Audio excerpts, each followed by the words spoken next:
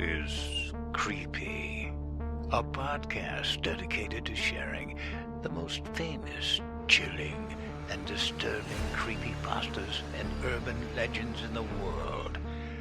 Whether these stories truly happened or are simply fabrications is for you to decide. These stories may contain graphic depictions of violence and explicit language. Listener discretion is advised.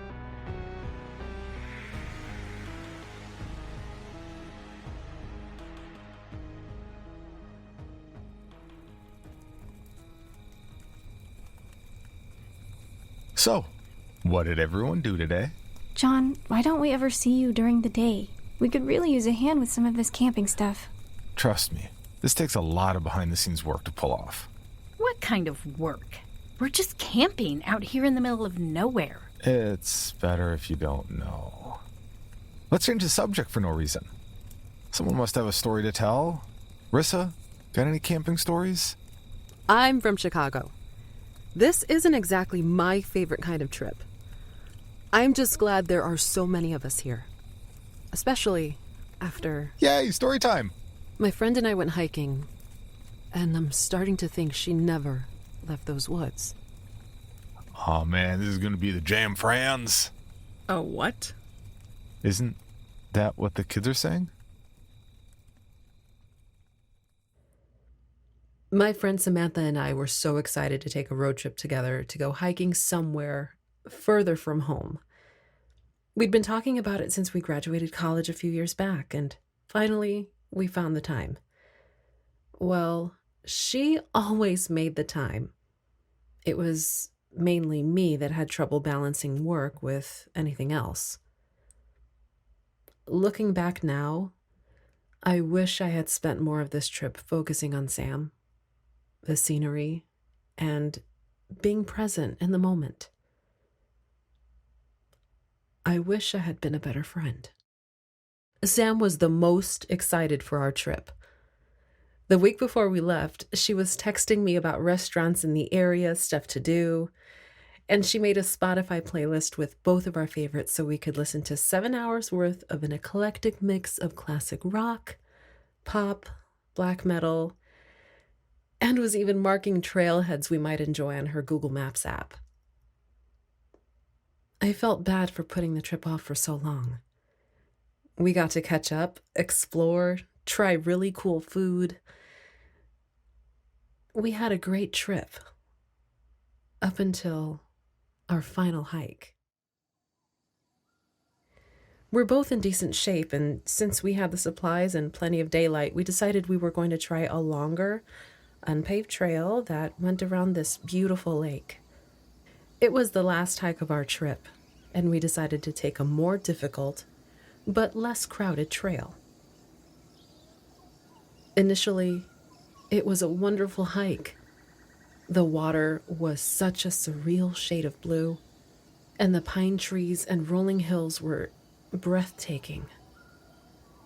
The air was thinner than we were used to, but so refreshing.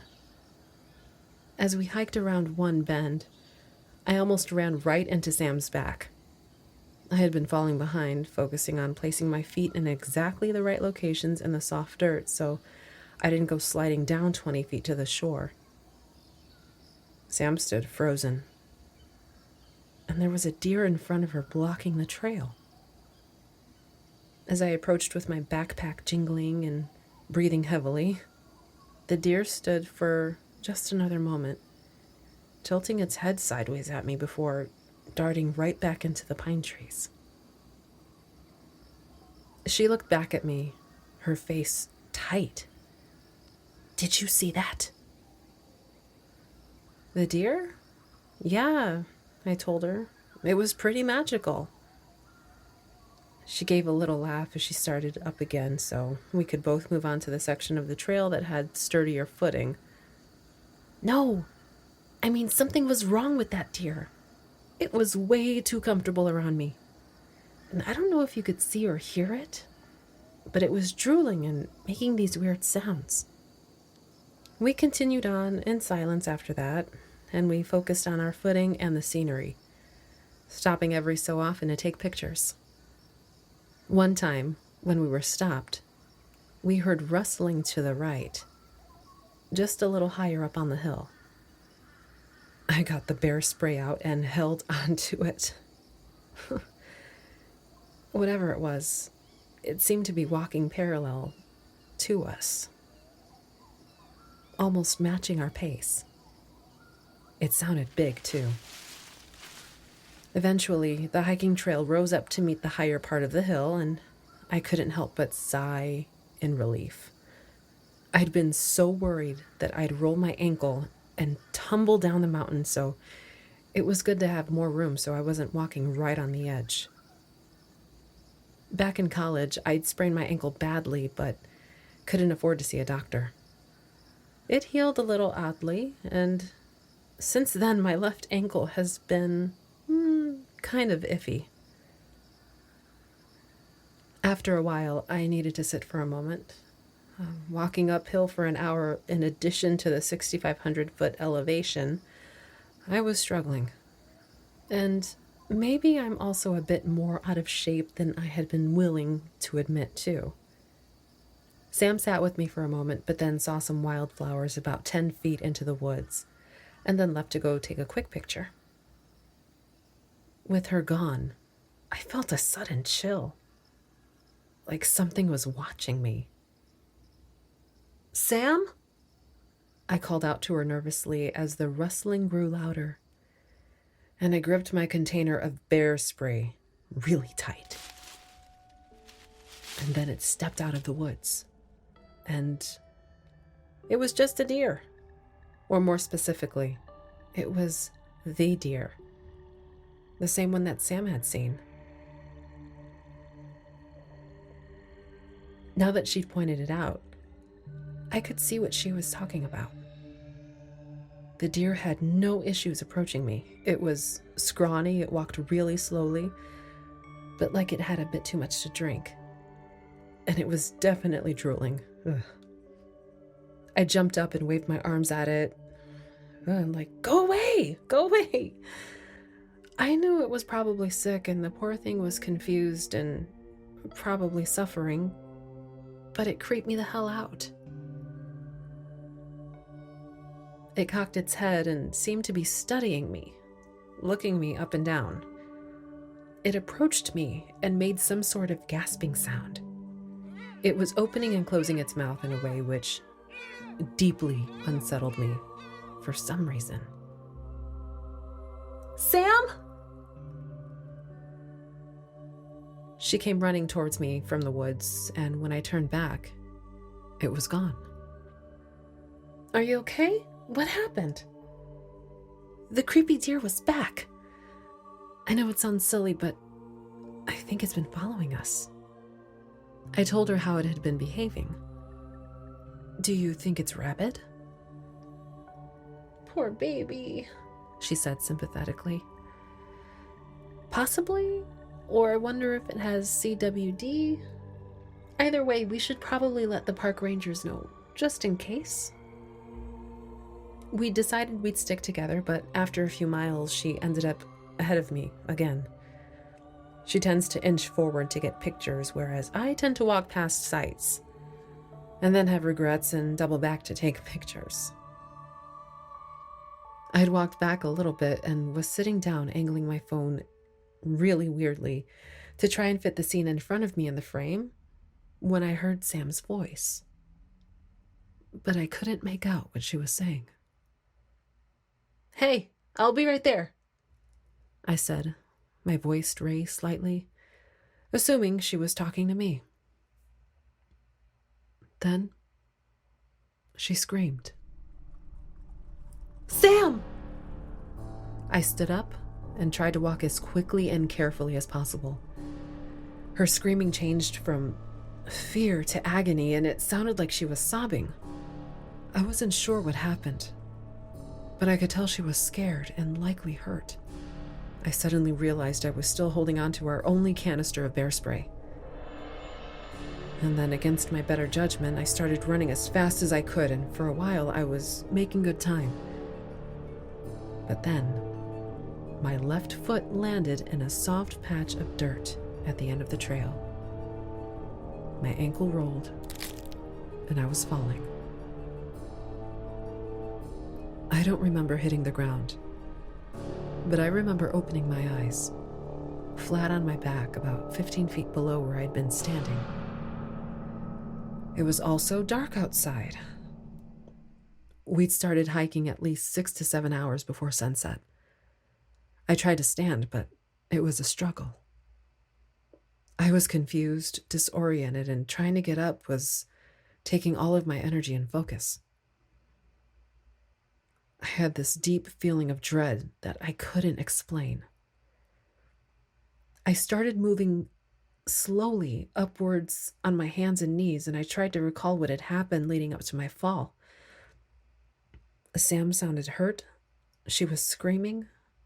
I had run after her, and then I fell. Shit. Sam. I called her name. My voice was hoarse, but there was no response. My phone was surprisingly only minorly damaged, but I had no reception. Luckily, since it had been buckled to me, I still had our backpack, and I dug through it. We had first aid kits, but I figured I could patch myself up later. I didn't want to stay down here any longer than I had to. I found my knife and my headlamp, and after about 20 minutes, I had slowly and painfully ascended back towards where I had fallen from. My hands were raw, and I could feel my right knee bleeding through my pants. I was trying to go slow since I trusted my feet even less now, and dizziness was starting to creep in. But panic and fear drove me forward. Once I made it back to the trail, I had to sit for a moment. I heard rustling behind me and felt a sudden pang of fear. Something or someone had injured Sam, and here I was, sitting alone, injured, with my back to the woods, in the dark. I tried calling her name in case it was her that I was hearing, but there was no response. I stood up and started limping as quickly as possible toward the direction that I had last heard her scream. Luckily, the ground had evened out, because I could feel myself wavering unsteadily. I knew that something terrible may have happened to her, but kept trying to keep that thought out of my mind. As my calls to her remained unanswered, it became harder to imagine a scenario that she was okay. I felt my throat tighten and tears rolled down my cheeks. I kept looking for her. I knew she wouldn't just leave me here. I think part of me knew then that she was gone. She would have been searching for me if she was okay. And even if she left to get help, I think they would have found me by then. Somehow, eventually, I navigated my way to where I thought she had last been. I was hoping maybe if she was injured, she was okay and just out of it and confused like I was. My foot caught in the mud and I fell. Lights flashed behind my eyelids and I felt overcome with nausea. The light from my headlamp had greatly dimmed, as it was now coated with mud and dirt and grime. I heard movement behind me, and as the smell hit me, I realized the mud was dirt mixed with blood. I could taste it, mixed with the gritty texture. Leaves covered with what was likely blood stuck to my face, and I felt something soft and wet under my shoulder. The rustling behind me became discernible as footsteps. I felt around for my knife, my bear spray, but instead felt something hard and sticky. I was certain I had just found out what had happened to Sam, and had a pretty good guess at what was about to happen to me next. I felt no urge to get up as the footsteps got closer. I knew I couldn't outrun it. I closed my eyes, trying to focus on something, anything else, not knowing if I wanted to see what was coming for me. Then the footsteps stopped, and I could hear labored breathing coming from above me. I waited, and then when no blows came, nothing happened. And then I opened my eyes. It was Sam. She stood over me, breathing heavily from her mouth. She was covered in blood. Her shirt and pants were torn, but she was alive. I let out a relieved sob, and then could no longer hold back the tears. "Oh my God," I whispered as I slowly moved to sitting and then standing. "I thought I'd lost you." I pulled her close to me in a hug. She stood motionless, her arms at her side. She stuck to me where her shirt was still a little wet. Dried blood covered the neck of her shirt and her midsection. Her hands, and unsettlingly, her mouth, were also smeared with blood. I could still hear her breathing heavily close to my ear. "What happened?" I asked as I released her. She stared at me, but didn't respond. I figured she was a bit traumatized. Frankly, I wasn't sure how she was up and standing at all after what had just happened. She was a bit wobbly, but otherwise seemed to be able to walk, and we walked towards the car. She fell behind me, which made me nervous, as I didn't want to let her out of my sight. She kept stopping and staring over her shoulder, while I tried to coax her forward. Eventually, after what felt like forever, we made it back. My ankle was killing me, but I tried to move as fast as possible. Even though the woods were eerily silent, I wanted to get out of there as quick as possible. When we got to her car, I was debating if we should drive ourselves to the hospital or call 911. I had this feeling of terror that I couldn't shake.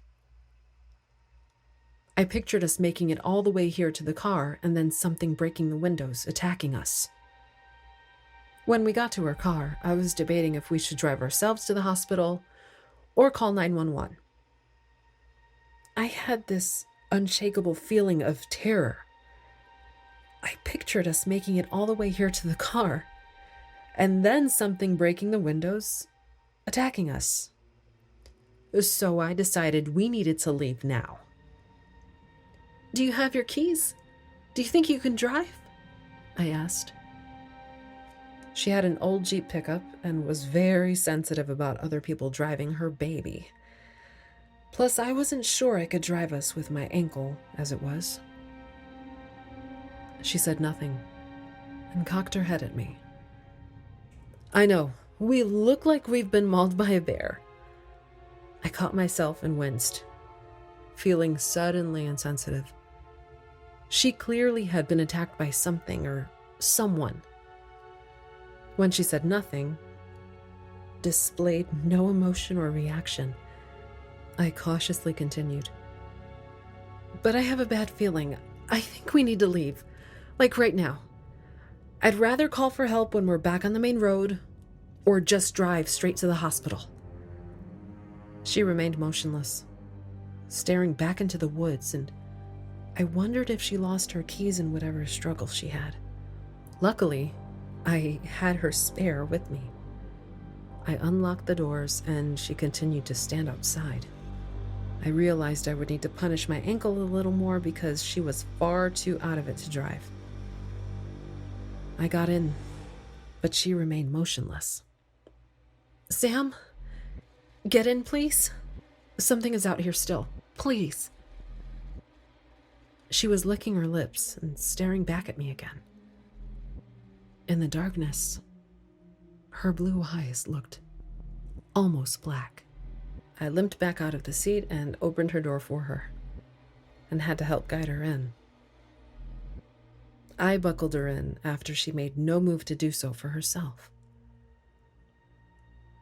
Anyway, as we drove and headlights of passing cars illuminated the interior, I kept checking on her out of the corner of my eye. She was breathing in and out of her mouth and staring at me. I noticed now, in the better light, that she was drooling. Hey, how are you doing? No response. But she began opening and closing her mouth and making a wet, gasping sound as she breathed in and out. Her breath reeked and her teeth were tinged pink. I don't have much medical knowledge, but I was worried she had a punctured lung or something due to the strange noises she was making. Hold tight, we're about 20 minutes from the hospital. Despite my ankle, I drove as fast as I could. We made it in 10. As we pulled up, I helped guide her out of the car and walked behind her, steadying her. I noticed something then. Her shirt was on inside out, but it hadn't been that way this morning. Likely because of how we looked, they found rooms for us immediately in the ER. I had a bad sprain and a concussion, and would need a few stitches, but it felt so good just to be out of those woods. I asked the nurse that came to check on me about how Sam was doing. I mentioned to him that I'm not sure if she was attacked by an animal or a person. I mentioned what I noticed about her shirt and that we may have encountered a sick animal, in case any of that helped. When he returned, he was clearly distressed. Sam was gone. She hadn't appeared to be outwardly injured, strangely, but they had wanted to assess her for internal trauma. However, the first moment they left her alone, she just walked out, judging by the bloody footprints. It's been weeks, and I haven't seen Sam since. Her mom hasn't either. She's been working with the police out here.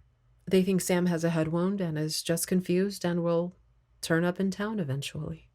But a few days ago, I heard on the news that a partial skeleton was found on the trail we were on. Likely the victim of an animal attack, they said. And due to the condition of the body, they were asking for leads so they can use dental records to help identify the victim. This might sound crazy, but I think it's her they found. I don't know how to explain it, but I don't think Sam ever left those woods that night. It's my fault. And I don't know what that thing was that I drove into town. If you live in southern Colorado, please be safe. I'm sorry.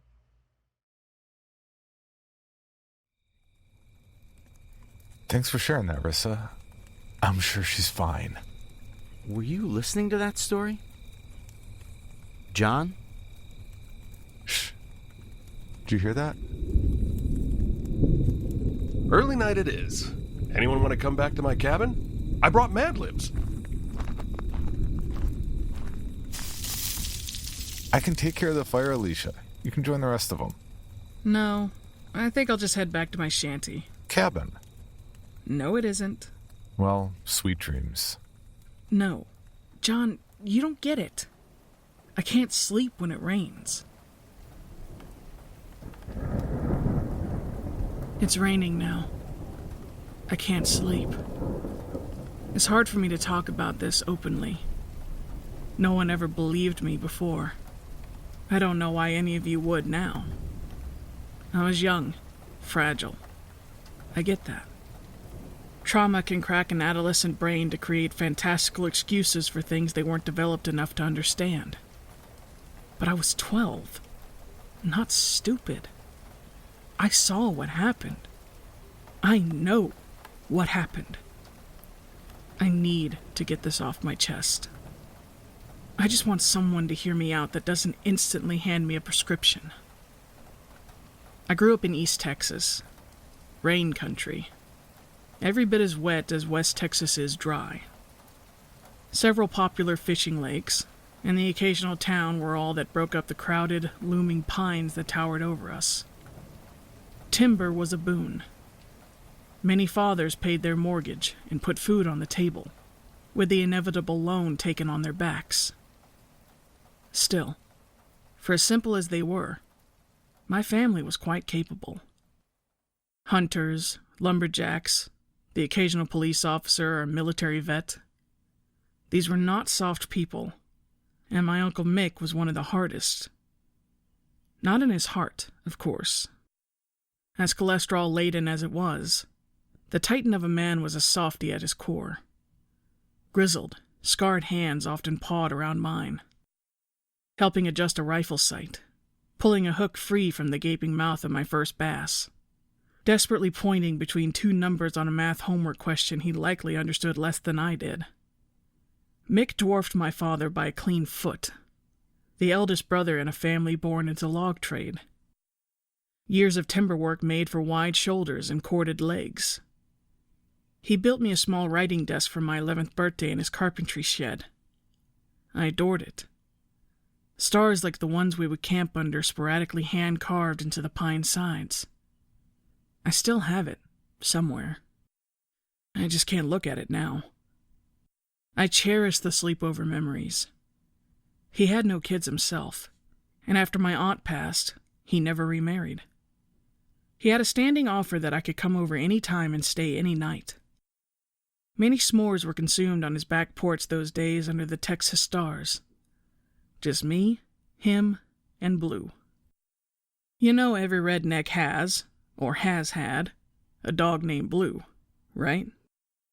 This is scientific law, right between gravity and thermodynamics. To this day, I don't know if my uncle was being ironic or simplistic when he named him. All I know is that by the time I met that blue-ticked hound, if he wasn't the oldest dog on planet Earth, he was in the top 3. All right. That's the fun stuff. This is the part that's hard. Talking about that day, describing his house. It's tough. My psychiatrist says it's good to journal my thoughts, which brought me here. Even though I found a career in copywriting later in life, and I've always fancied myself a writer, there are some things that I just don't have words for, or the words simply won't do justice to the reality of it. I'll do my best. It's been 24 years. He lived on a small ranch. Nothing intense. More of a hobby than a livelihood. Still, he had a decent collection of animals to take care of. A coop housing 20 or so chickens that he would let out to roam his property every morning. Mixed in were a few stray ducks that had settled down with him. As a kid, I always enjoyed thinking that the ducks believed they were chickens themselves. It wasn't unusual to see a mother duck caring for a trail of baby chicks behind her, having nested a set of eggs after their hen was picked off by a hawk or a coyote. More importantly, he had a dozen goats. I don't remember what breed. He had built a wooden gymnasium for them to climb and play on, mainly to help them lift off the muddy earth when it rained. Hoof rot was a constant battle for livestock here. It was always a sonorous event when my dad pulled into the driveway. That day was no different. Goats bleated for attention and food, knowing they'd receive both when I eventually convinced my uncle for us to go see them. Several chickens opened a full gate across the long grassy yard towards my dad's F-150. Drawn caws echoed around the door as I opened it, expecting leftover tater tots or french fries. I loved it there. My house was 8 miles up the road. Not too far, but far enough a kid shouldn't walk it both ways. I waved at my dad as he pulled out of the drive, and ran up to my uncle's front porch. Surprisingly, the door was locked. I don't remember a time when it was ever locked before. I made my way to the back porch, the one I preferred anyway. The front had an awning to keep people that visited dry from the sporadic rain. The rear had no such obstruction, meaning the only obstacle to see those starry Texas nights were the treetops and the clouds. It was damp. The wet grass licked the sides of my tennis shoes, sharing their moisture a little too effectively. There had been a small shower earlier in the morning at my house. It eventually moved this way, I guessed. As I walked up the 3 small steps of the back porch, I heard a loud bang from his shed, like something slammed against metal, followed by the sound of something hitting the ground, hard. I stared at my uncle's little red carpentry hut, but I heard no cry, no whimper, just silence. I took a single step towards it, when a meaty palm landed on my shoulder with more weight than it ever had before. "Hey, where's your dad?" Uncle Mick seemed to sputter. "You shouldn't be here." I watched him. Can't explain why. Instinct or childhood curiosity. I don't know why. I just remember that log of an arm guiding me to the back door of the house. And his eyes. God, his eyes. They locked on the woodworking shed as we moved inside. A kind of stare that predicates a fight or a hunt. Adrenaline-pumped orbs that an animal has before it's eaten by a large predator. I snuck one last glance at the shed as I was guided indoors, noting the crimson wooden walls and the bolted metal roof. There are 2 things to remember for younger listeners here. First, we didn't have internet access in a lot of places in the 90s, especially in rural Texas. Wi-Fi was essentially sorcery, and we had no practicing wizards. Computers and phones had hard lines. My uncle quickly headed for the latter. Second, no cell phones. I ended up getting my first cell phone when I was an adult, got out of basic training, and collected 2 paychecks to get one. They were a luxury in the early 2000s, and this was years before that. It's difficult to understand how alone you could truly be back then. This also meant he had no way to contact my father making the 8-mile drive back to our house. That's when the rain started. Christ. The rain. In truth, the pattering droplets were my lullaby as a kid. No matter if I was at home, in a vehicle, at my uncle's, or a friend's, the irregular symphony of water tapping its chords on various surfaces always tugged my eyelids down. My uncle said that's why, when it stormed, his pregnant goats would normally give birth. Any predators would be hiding from the rain, opting to rest and wait instead.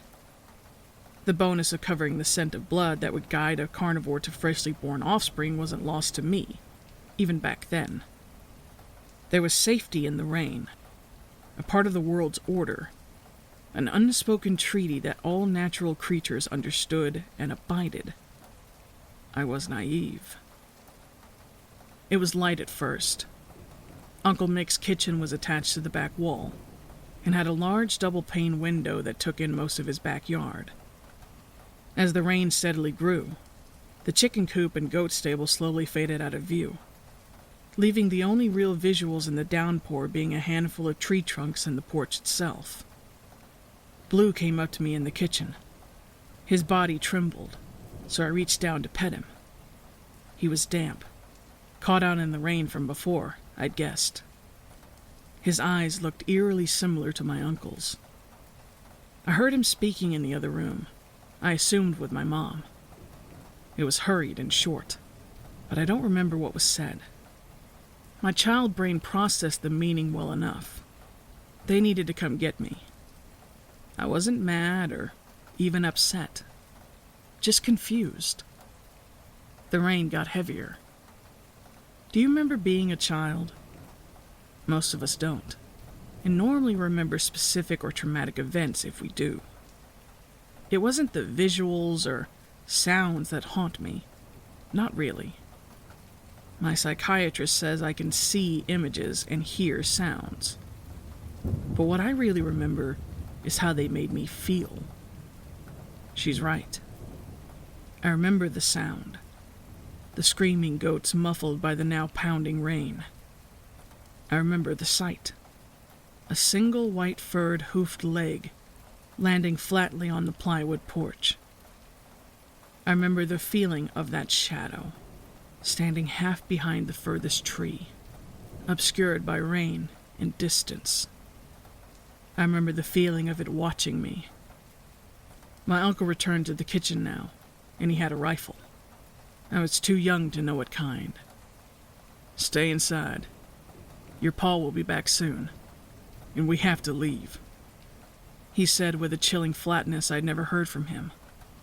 This was my cool, fun-loving uncle, right? I heard Metal scream. I didn't even know Metal could at that age. Somehow, I knew. Mick's fingers strummed the weapon with a nervous pattern, unable to remain still with heightened nerves and hormones. This is when he noticed the limb on the porch.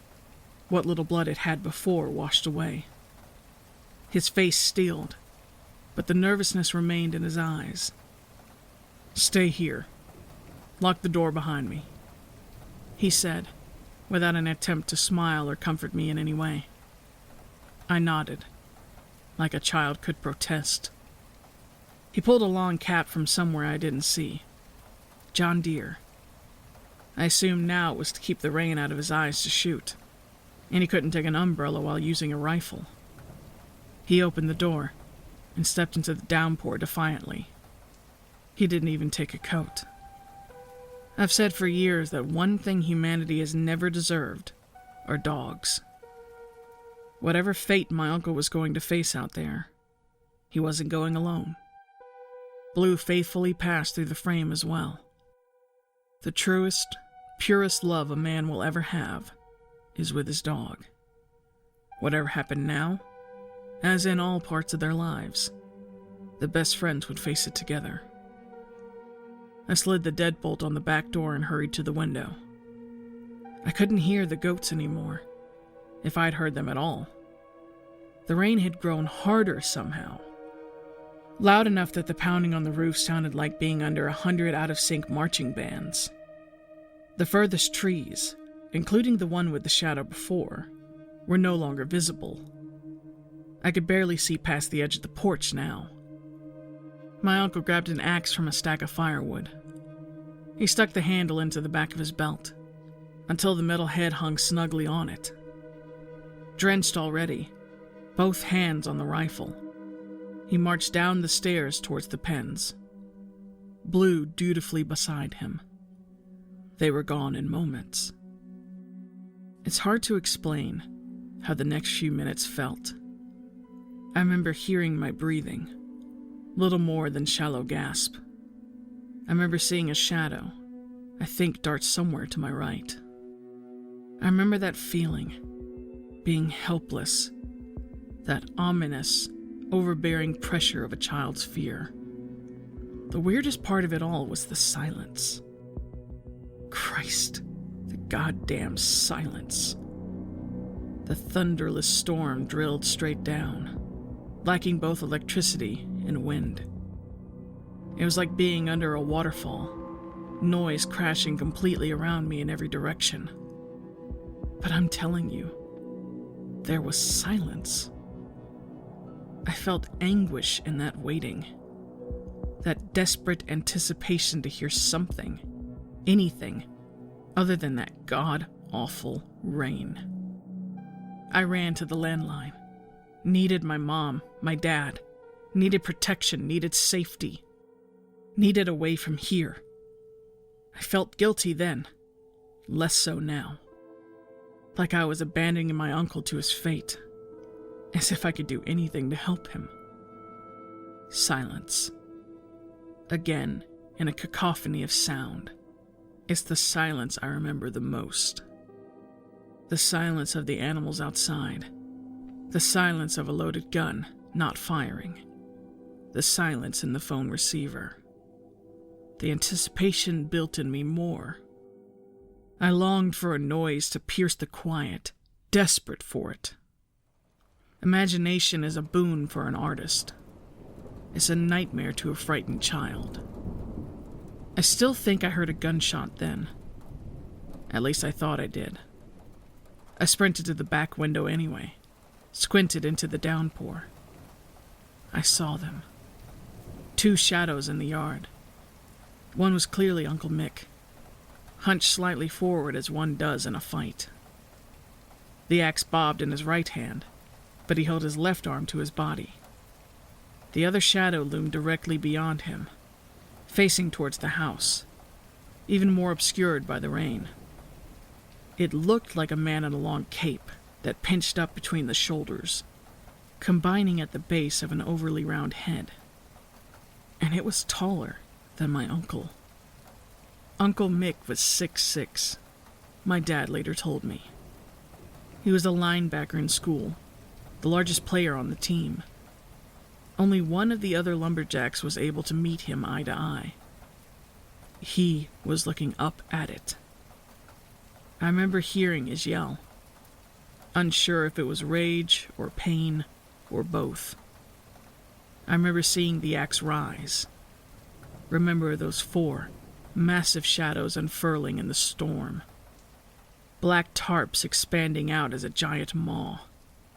Like a horrible, carnivorous flower, blooming in a forgotten jungle, ready to swallow him whole. I remember the feeling. God, that feeling. As those quad wings slammed downward, launching both shadows into the air and out of sight, in a single, soundless burst.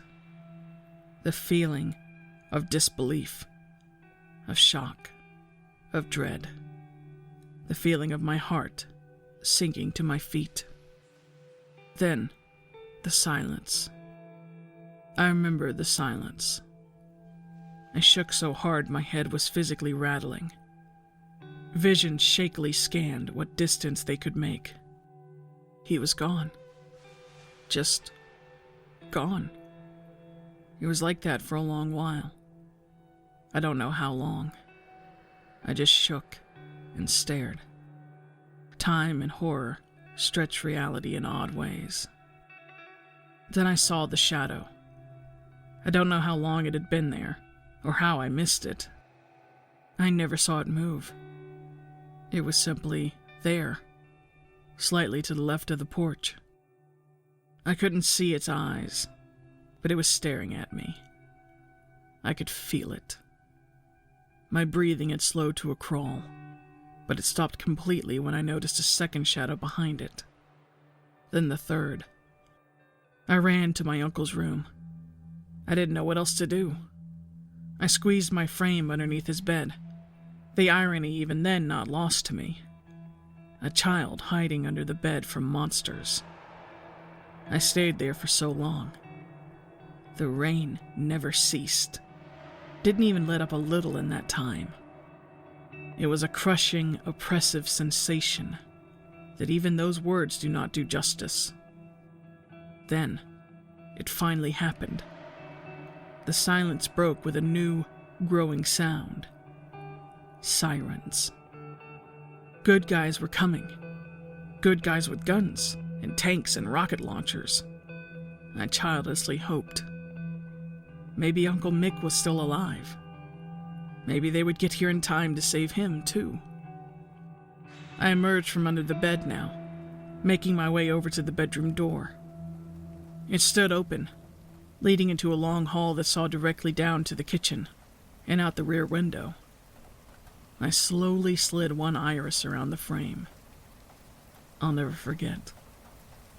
No drug, no shrink, no medication, or prognosis, or fucking kumbaya will ever erase it.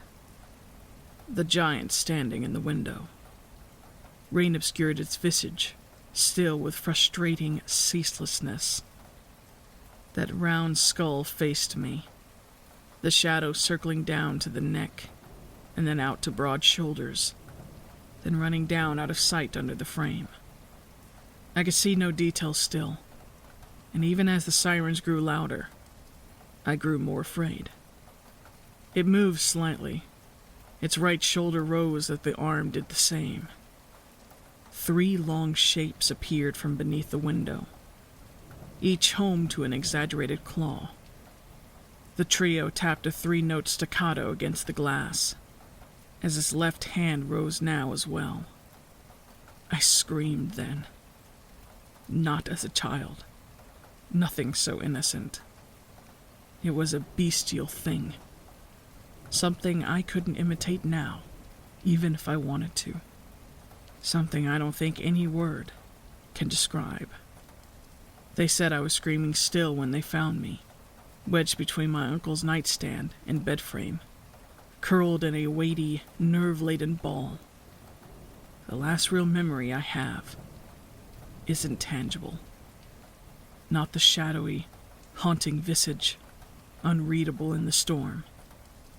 Not the sound of those vile digits taunting me with their irregular, chaotic cadence upon the glass I could somehow hear over the rain. Not even the sight of his left hand, slowly lifting my uncle's scalp above the window's lip. My psychiatrist is right. As horrifying as these images are, and as weird as this sounds, my final memory is a feeling. The feeling of a hidden sneer. A quieted joy that monster had with its wrought terror. It was no animal. It was not mindless. It acted with purposeful, deliberate malice. Even now, I think it let me live, only because it recognized the emotional damage it left upon me, dooming a child to a lifetime of therapist, drug abuse, and inpatient centers. It was evil. That's the last thing I remember. It's been a parade of well-meaning psychiatrists and other diplomas ever since. Drugs I can't pronounce for diagnoses I don't understand. I was in my 30s before I had the courage to talk to my parents about it. My dad wanted no part, of course. Said I needed to let it go and move on. That's what Uncle Mick would have wanted. He's right, of course. But some things are more important than being right. Mom helped me, though. They had copies of the police report stashed away in a small office safe, tucked under banking documents. They had not been opened for a long time. My parents had told me some truths as a kid. Mom said Mick was rattled on the phone, telling her to call the police and send his brother back up there to get them. Then the phone died.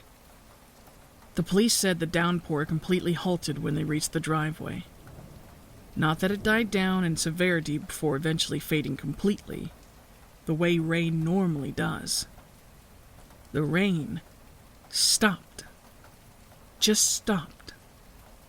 They also told me that all the animals were missing. Goats, chickens, ducks, blue. There was no blood, no feathers or fur tufts. They were just gone. They also told me one lie. We held a traditional wake for Uncle Mick, but not a funeral. My parents told me they never found his body, vanished with the others. My uncle always said that when he died, he wanted to be cremated and his remains scattered on his property. He got half his wish. I shouldn't have looked at those pictures. There was a final question the police also couldn't answer. The last Polaroid in the folder. My uncle's little red woodshed. The corner of the metal roof now pointed skyward, ripped and twisted into a standing position. The officers made only one note about it, chalking it up to the storm. Tornadoes did damage like this all the time, I grant that. But not without damaging the trees, pens, or the fucking house right next to it. I often try to disassociate, to see it from the outside as a normal adult would. What's more likely, a pack of rain demons or a small twister? I get it. But I am no normal adult. I've never gotten to be a normal adult. I still see it sometimes in my sleep. Imagine it stalking up my urban apartment window to finish its job from decades earlier. Me, finally ripe from dread like some kind of succulent human fruit. I still hear the rain sometimes. Either a small patter outside my Nevada window, on the rare occasions we do get rain, or the last few drops from a leaky faucet or shower head that rings far louder than it should. I always expect that oppressive cascade of sound to slowly build its weight behind them. I remember the way the rain used to lull me to sleep as a child. Now, it heralds to a foreboding, nauseating night of panic attacks and no sleep. I still feel it. Like it's out there. Like it knows me. Knows where I am and what I'm feeling. Like this is what it wanted. I need a drink. Yeah, I don't blame you. You didn't happen to bring anything, did you? Well, don't tell anyone, but I have a little stash down by the lake.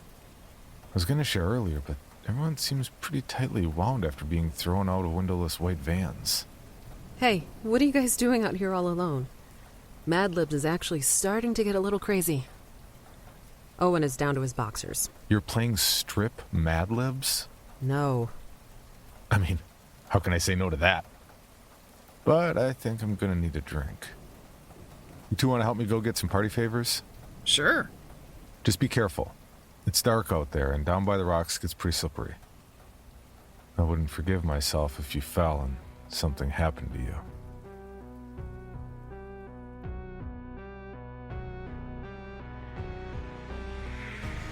For more information on this podcast, including how to submit your own story for consideration, please visit creepypod.com.